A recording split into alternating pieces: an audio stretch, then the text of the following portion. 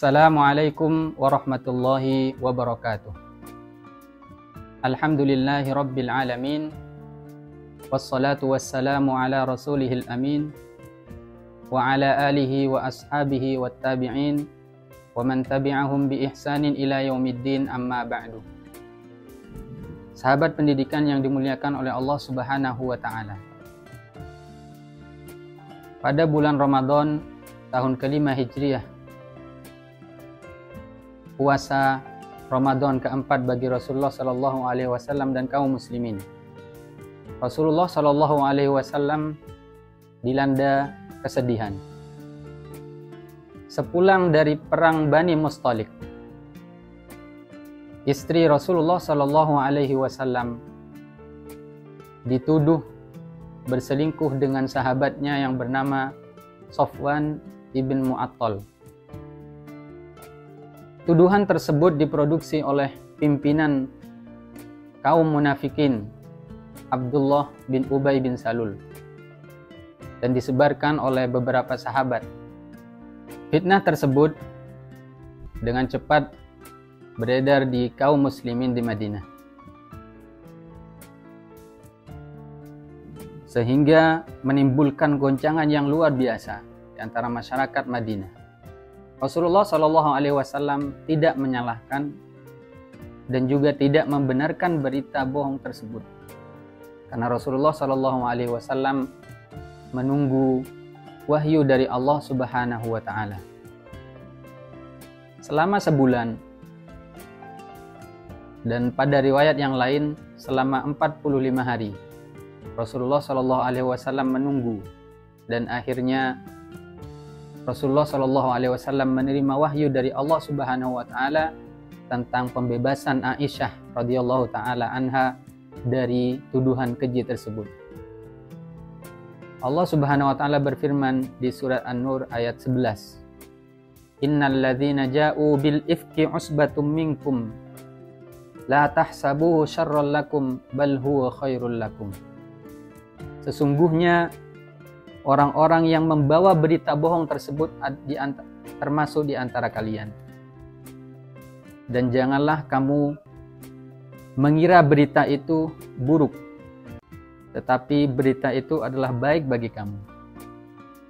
Likulli imri'im minhum maktasaba minal itsm walladzi tawalla kibrahu minhum lahu adzabun adzim.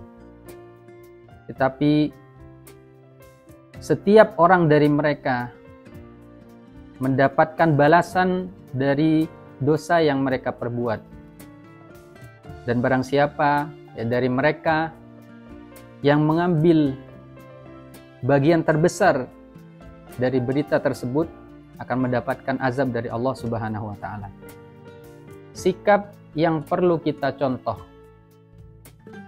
ketika mendengar dan menerima berita bohong adalah sikap sahabat Abu Ayyub Al-Ansari dan istrinya. Suatu ketika Abu Ayyub Al-Ansari pulang ke rumahnya, kemudian disambut oleh istrinya, dan istrinya bertanya kepada Abu Ayyub, "Wahai Abu Ayyub, tidakkah kamu mendengar apa yang dituduhkan orang-orang kepada Aisyah radhiyallahu taala anha?"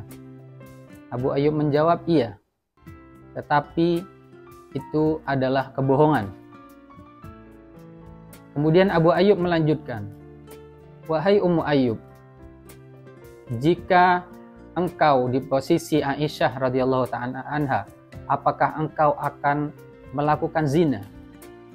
Kemudian Ummu Ayyub menjawab pertanyaan suaminya, "Demi Allah, saya tidak akan melakukan zina." Kemudian Abu Ayyub melanjutkan, menimpali jawaban tersebut dan berkata, "Aisyah radhiyallahu taala anha lebih baik daripada kamu." Peristiwa ini dipuji oleh Allah Subhanahu wa taala. Diturunkan ayat surat An-Nur ayat 12. Laula id sami'tumuhu dhannal mu'minuna wal mu'minatu bi anfusihim khaira wa qalu hadza ifkum mubin. Mengapa orang-orang mukmin dan mukminat tidak berbaik sangka terhadap diri mereka sendiri ketika mendengar berita bohong dan berkata, ini adalah suatu berita bohong yang nyata. Ketika kita mendengar berita bohong, maka sikap kita adalah berbaik sangka terhadap orang-orang yang dituduh ya dari kebohongan tersebut.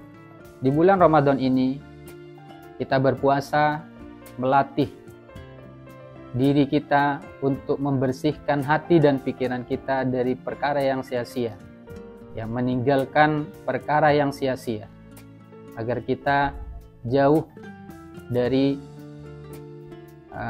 perkara yang sia-sia dan bahkan mungkin perkara yang buruk, agar kita menjadi pribadi yang lebih baik daripada pribadi yang sebelumnya. Semoga Allah Subhanahu wa Ta'ala membantu kita untuk senantiasa mengingatnya, bersyukur padanya, dan memperbagus ibadah kepadanya. Ihdinas siratal mustaqim. Assalamualaikum warahmatullahi wabarakatuh.